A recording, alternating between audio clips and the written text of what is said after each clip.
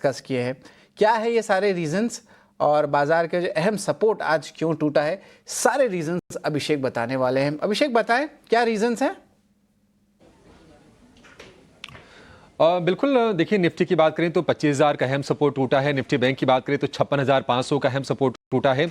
और आज शुक्रवार का दिन है और हम देख रहे हैं कि पोजीशंस जो है थोड़ी लाइट बनती हुई दिख रही है बाजार में। लेकिन जो प्रमुख रीजन है, सबसे पहले उसमें है एक्सिस बैंक के नतीजे, क्योंकि एक्सिस बैंक के नतीजे अनुमान से कमजोर आए और जीडीआर से झलक मिल गई थी कि आज स्टॉक का प्रदर्शन किस तरह का रहने वाला है। मुनाफे में हमने 4% की गिरावट देखी थी। इसके अलावा एनपीए बढ़े थे, प्रोविजनिंग में काफी भारी बढ़ोतरी की गई थी एक्सिस बैंक के, उसके चलते शेयर में आज गिरावट दिखी और एक्सिस बैंक के चलते बाकी बैंकिंग शेयरों पर भी आज दबाव देखने को मिल रहा है। दूसरा रीजन यह है कि निफ्टी में अब तक जो नतीजा हैं कहीं पर भी बहुत अच्छे नतीजे निकल के आए नहीं है। आज नजर होगी रिलायंस के नतीजों पर। बाजार बंद होने के बाद जेएसडब्ल्यू स्टील के नतीजे आने वाले हैं। कल हम देख रहे हैं कि एचडीएफसी बैंक और आईसीआईसीआई बैंक के नतीजे आने वाले हैं। तो इन बड़े नतीजों से पहले निवेशक थोड़े से सतर्क रखें, क्योंकि ऑलमोस्ट निफ्टी का 1/3 वेटेज इन 4 कंपनियों से है। 32% के आसपास की वेटेज ये कमांड करते हैं। तो इसके पहले थोड़ा सा वेट इन वॉच का माहौल बाजार में है। थोड़ी सी हम देख रहे हैं कि निवेशक बाजार से दूरी बना रहे हैं। तीसरी चीज यह है कि एफआई से सपोर्ट मिल नहीं रहा है भारतीय बाजारों को। एफआई की लगातार बिकवाली जारी है। कल भी हमने देखे थे कि अगर इंडेक्स फ्यूचर, स्टॉक्स फ्यूचर्स और कैश को अगर मिला दिया जाए तो करीब करीब 7,000 करोड़ रुपए के आसपास की सेलिंग आई थी। और सिर्फ कैश की बात करें तो जुलाई में अब तक करीब 17,000 करोड़ रुपए के आसपास की सेलिंग आ गई है।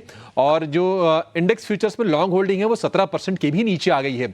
तो ये कॉज ऑफ कंसर्न है एफआई का ना लौटना भारत में।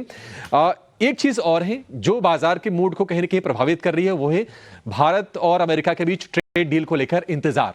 डोनाल्ड ट्रंप की तरफ से बयान तो आ रहे हैं कि भारत के साथ हम जल्दी डील करने वाले हैं, लेकिन ये अनिश्चितताएं बाजार को कहीं ना कहीं परेशान कर रही हैं, क्योंकि ये इंतजार लंबा हो रहा है। देखिए 9 जुलाई की डेडलाइन थी और आज हो गया 18 जुलाई। अभी तक कुछ पता नहीं है। भारतीय डेलीगेशन, अमेरिकी डेलीगेशन के बीच में बातचीत हो रही है, लेकिन कोई कंसेंसस बिल्ड हुआ नहीं है और इंतजार थोड़ा लंबा खींच रहा है। इसके चलते बाजार को भी परेशानी हो रही है। वैल्यूएशन को लेकर भी थोड़े से एफआई चिंतित होंगे, क्योंकि हमने देखा था कि निफ्टी का पी करीब करीब 22.5 के आसपास का है। कल हमने देखा था सिटी ने डाउनग्रेड भी किया था भारतीय बाजारों को, कोरिया को और चाइना को अपग्रेड किया था। और आखिर में एक रीजन ये है कि क्रूड को लेकर थोड़ी थोड़ी चिंताएं हैं। हमने देखा कि इराक में सप्लाई को लेकर थोड़े डिसरप्शन की खबर है। वहां पर एक ड्रोन अटैक हुआ है, उसके चलते अगर हम प्रतिदिन की बात करें तो करीब 1.5 लाख बैरल कच्चे तेल की सप्लाई घटी है और क्रूड का सपोर्ट मिला है। ब्रेंट क्रूड का जो भाव है वो $70 के आसपास का है। तो ये कुछ रीजन है। शुक्रवार का दिन है और लोग अनिश्चितता लेकर नहीं जाना चाहते हैं ओवरनाइट। तो इसके चलते बाजार में आज हम गिरावट देख रहे हैं, लेकिन केंद्र में है कंपनियों की अर्निंग्स।